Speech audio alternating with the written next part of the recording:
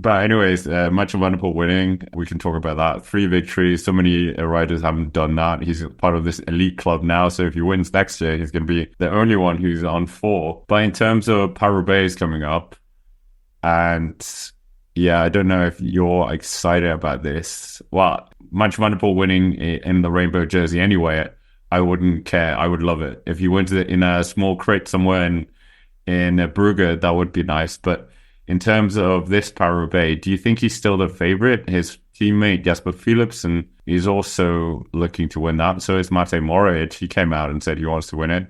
They can't all win. Is he the favorite, or is there someone else? I think it's hard to pick a favorite of it. And I would have expected Mohoric. I would have expected more out of Mohoric today, but you never really saw him. He didn't finish as well. I think he crashed at some point, like a soft crash, but not crash. He was already out of position. I remember this crash and seeing it, but it's like he was already at the back. You know, like, okay. He was actually one of like my dark horses for the race. I was thinking like, okay, he could do really well here. I was really hoping for something from him, but I would have assumed like this more than Roubaix. I mean, everybody can have their off day, but yeah, who do you pick other than Van der Poel? I literally think the only person who can beat Van der Poel is Philipsen. Yeah, he just times to win there, and then it's a sprint in the Roubaix velodrome. It's not a rivalry between them, but yeah, when you've got 2 big riders who both want to win it on the same team, that's probably where the only difficulty can arise. Because, well, I do think that Roubaix has this tendency to really throw up some odd riders, like Dillier, Poel, have been some real kind of odd ones. That really wet one where Vermeersch was up there as well, and Colbrelli won it. You know, Colbrelli would beat Van der Poel fair and square that day.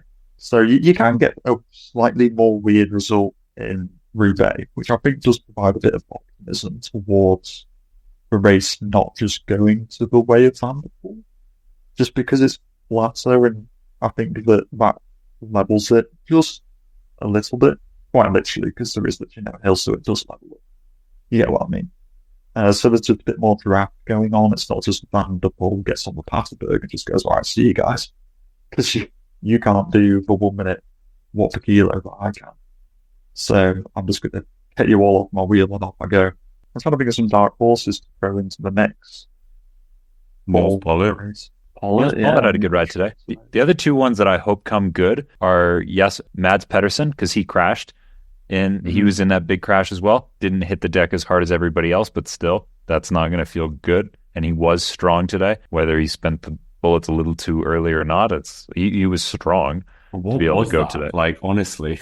I mean, the guy's clearly trying anything he wants, but I feel like he gets in this position so often, like where he does something like that, and then the big favorites come up to him, and you just see the photo, and you see everybody's got the grimace on, and Pedersen's is just so much worse. Like, he's just hurt himself so much more. And he is trying so hard to like be matching Van der Poel, Van Aert, and Pogačar. And he's just like the one that's got to try because he's not as explosive, or he can't. I don't know.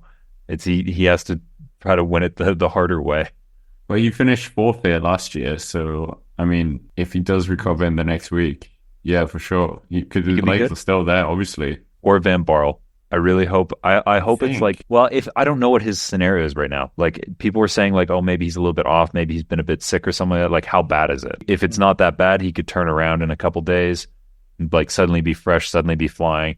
Whole team's around him. Like, if he's good, that would be a great one to have. Your former teammate, Matteo Jorgensen, or Laporte is also down on the start list, even though he hasn't been part of quite a lot of races now. Yeah. Dylan Toynes had a great race today. I just can't trust Laporte. Whatever's going on with him, I just don't think that he can have had a decent enough training block, or like this whole preparation for this Roubaix is going to be disrupted. There's no way that his preparation can be as good as Van der Poel's, is how I see it. But then again, you don't know how guys are going to react from this weekend. There might be, with the rain stuff, people might get like a little bit of illness off of this race, just because they've gone so hard. And you never know, just random little illnesses pop up. They always happen in the pre-race interviews, like before Roubaix. It's like, oh, I got ill after Roubaix. Well, I have to understand my thanks. I'm gonna use that information, a few days ago. But I kind of want to see like Magnus Sheffield, He finished in the top 10 today. But there he's only 21. But that's just like another cool name to be throwing into the mix. That was a good one because he's been getting a lot of credit. I mean, he does crash a lot, but he's been getting a lot of criticism for that. And so to see him actually like together on Flanders, that's a really nice one to see. Josh Charling's also down for the start in Paris-Roubaix, and he finished 17th in Roubaix, in Flanders. So clearly good legs. He does have good legs. He's all right in Loire's Boar as well. So there's clearly something good going on there, I think.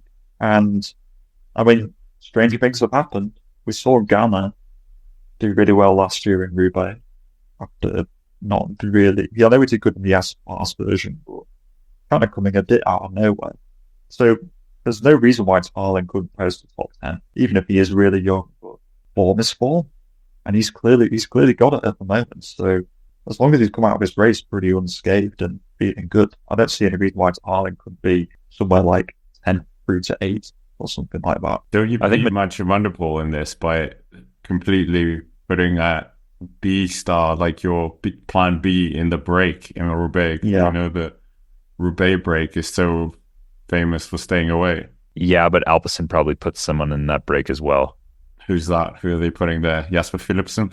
Vermeersch? Oh, yeah, okay. He was good. Yeah. He had a good one today. Axel Rons maybe as well. Yeah.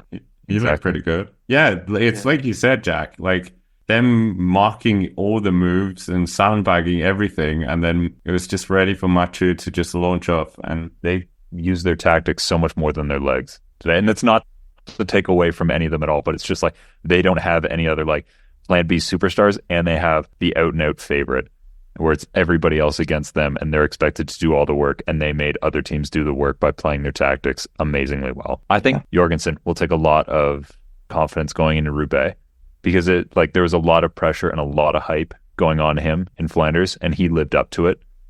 Like, all people are going to remember from this is the scene going up the Hoppenberg, is it, where everybody's falling off their bikes, and he's the only one that's even close to Van der Poel. It's Van der Poel, 5 meters, Theo, and then, okay, the gap started to go out, but then the gap behind was way more. He was the only one that was even close. And all the pressure was on him. It's not like he was a dark horse that nobody was expecting. Everybody was looking to him, and he lived up to it. Now he can go into Roubaix. He can relax. We don't have all the pressure on us. Well, it's not the pressure. The pressure's not as much on his shoulders. He lived up to it in Flanders.